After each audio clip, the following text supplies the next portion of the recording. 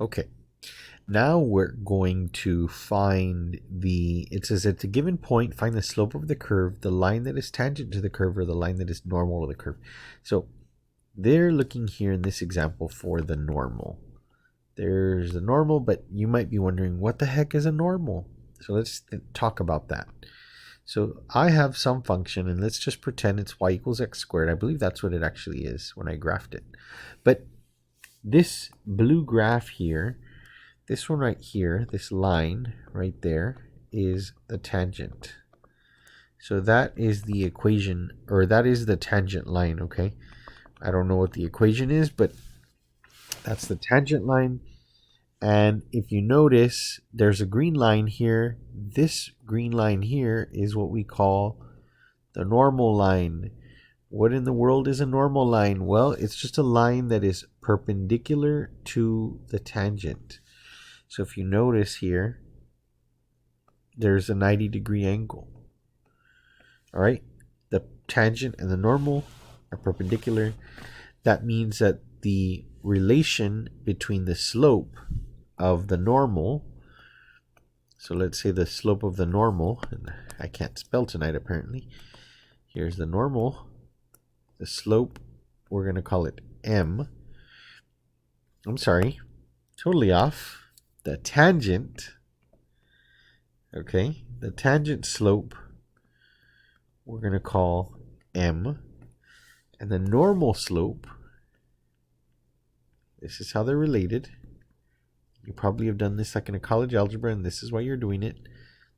Okay, perpendicular line, the slope is going to be -1 over m.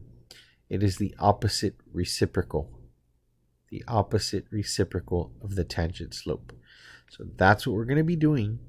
And let's take a look at the example. We're going to figure that out. All right, it's actually kind of nice.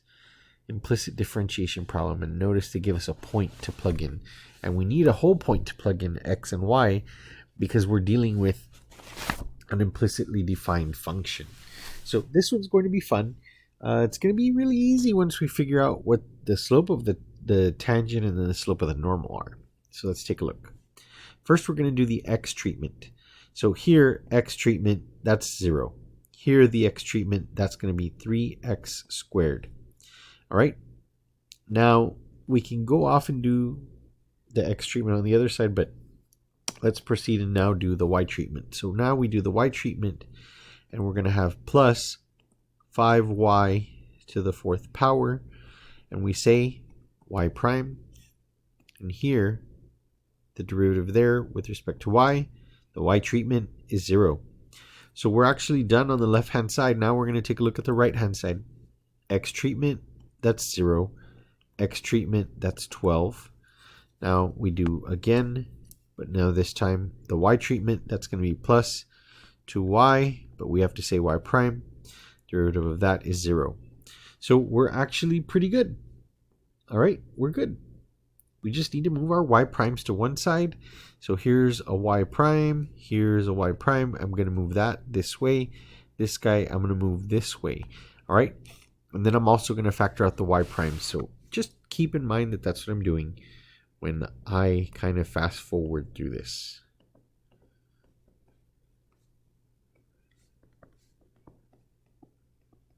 Okay, that's what it looks like. Okay, that's what it looks like. Now we're ready to divide by y prime. Okay, so let's see what that looks like. I'm sorry, not y prime, by the whatever's in front of y prime. It's this right here. These videos are completely unscripted, so, you know, enjoy. Y prime equals 12 minus 3x squared. Let's see, divided by 5y to the 4th minus 2y. All right, there is our derivative y prime in terms of x and y. It's an implicit derivative, and we're going to evaluate this at the point that was given, which was 0, 1. So this is an x and this is a y, and we're going to plug that straight in.